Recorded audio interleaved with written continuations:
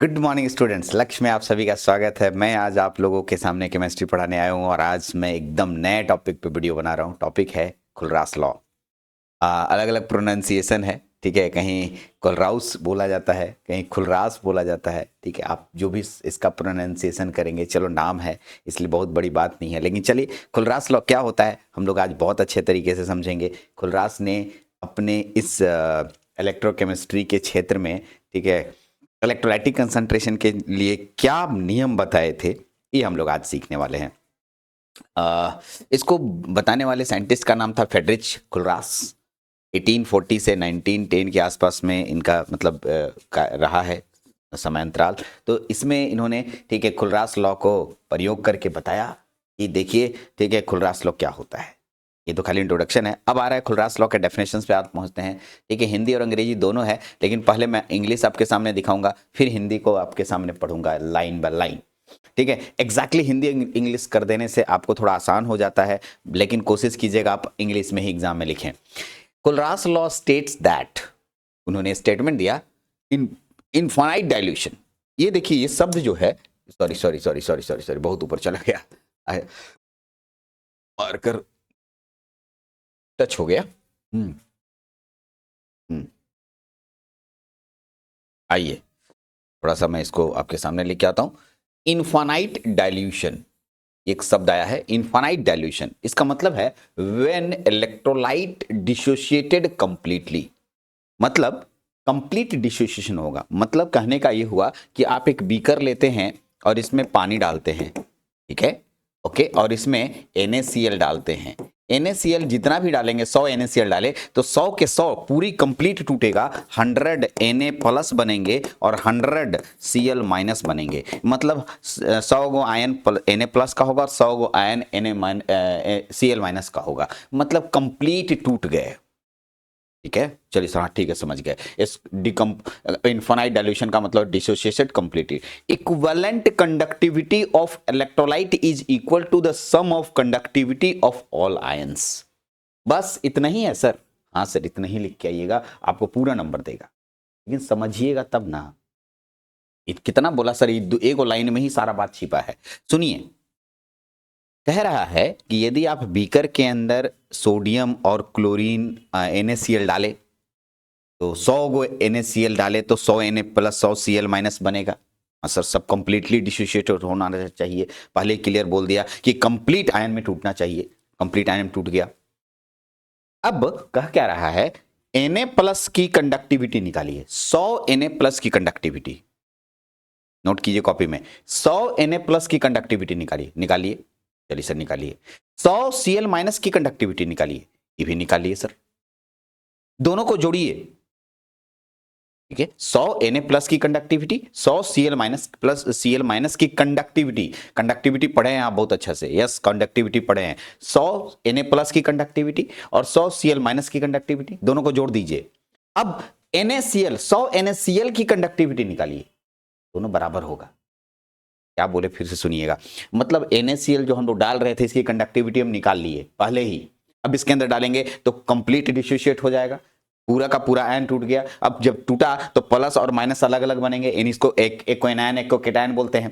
तो एनायंस का कंडक्टिविटी और केटायंस की कंडक्टिविटी दोनों को ऐड कर देंगे, दोनों को ऐड करने पे जो कंडक्टिविटी आएगा वो NaCl की कंडक्टिविटी के बराबर होगा। मतलब जो आइटम्स डाले थे, जो मॉलिक्यूल्स डाले थे उसकी कंडक्टिविटी के बराबर होगा। अब पढ़ के सुनते हैं, अब जो बोले उसको पढ़ते हैं completely. Conductivity of an electrolyte is, electrolyte मतलब NaCl एक प्रकार का इलेक्ट्रोलाइट है। NaCl क्या है, एक प्रकार का इलेक्ट्रोलाइट है। Conductivity of electrolyte is equal to, ये इक्वल होगा sum of the conductivity of all ions. Ions दुएगो तो होगा, केटायन है कि एनायन, दोनों की एनायंस और केटायंस की कंडक्टिविटी के सम के बराबर होगा।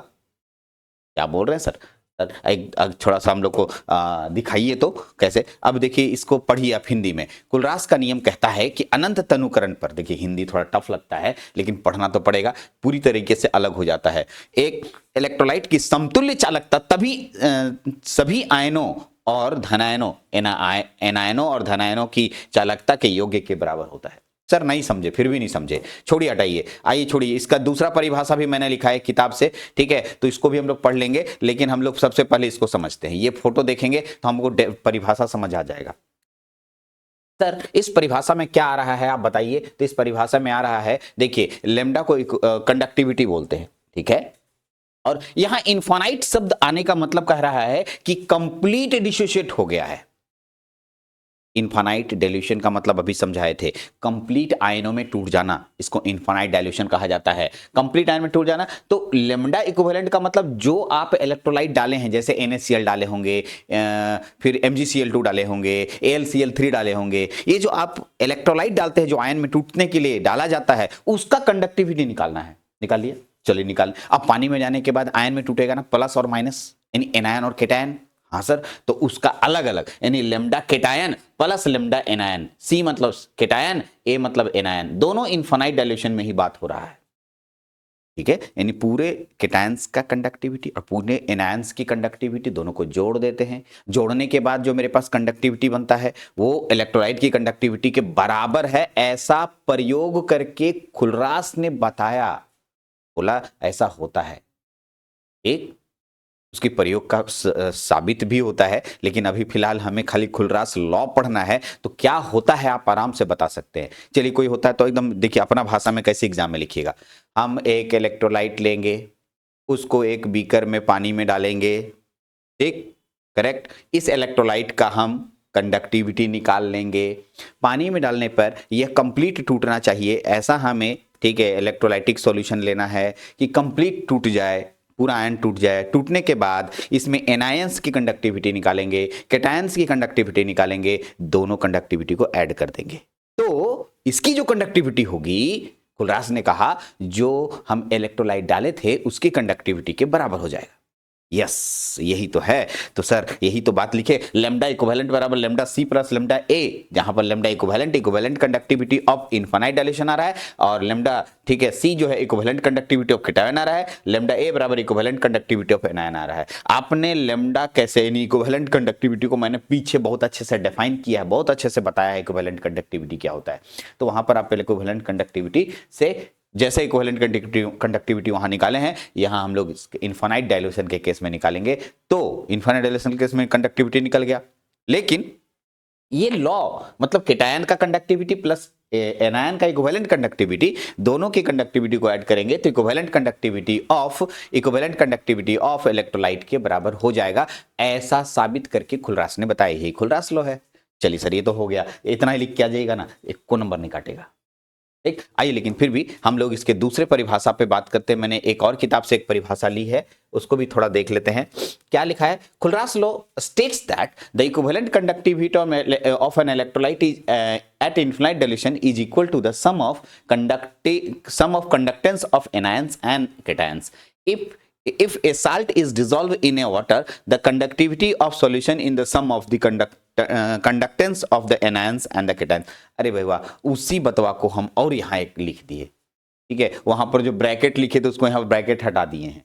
आप पढ़ रहे होंगे तो लग रहा है अरे सर सेम में बतवा को लिख दिए। हाँ सर, एकदम सेम ही बात को लिख दिए। कोई एक परिभाषा आप लिख के आइएगा, एकदम सिंपल सा भाषा में, अपनी भाषा में भी इसको आप लिख सकते हैं, ठीक। तो ऑब्वियस सी बात है, खुलरास लॉ में आपको कोई दिक्कत नहीं आना चाहिए। खुलरास लॉ बहुत आसान छोटा सा टॉपिक है कुछ एप्लीकेशंस हैं खुलरास लॉ के, ठीक है, ऐसे इतना डीप नहीं जाना है, लेकिन खुलरास लॉ के एप्लीकेशंस को भी पढ़ लेते हैं।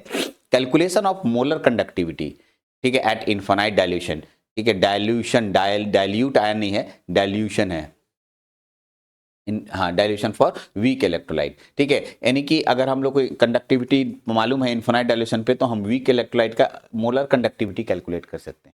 वीक इलेक्ट्रोलाइट और स्ट्रॉन्ग इलेक्ट्रोलाइट नाम सुने होंगे, हाँ सर। तो वीक इलेक्ट्रोलाइट का यहाँ पर हम लोग, ठीक है, कमजोर इलेक्ट्रोलाइट के लिए अनंत तनु पर मोटर चालकता की गणना की जा सकती है।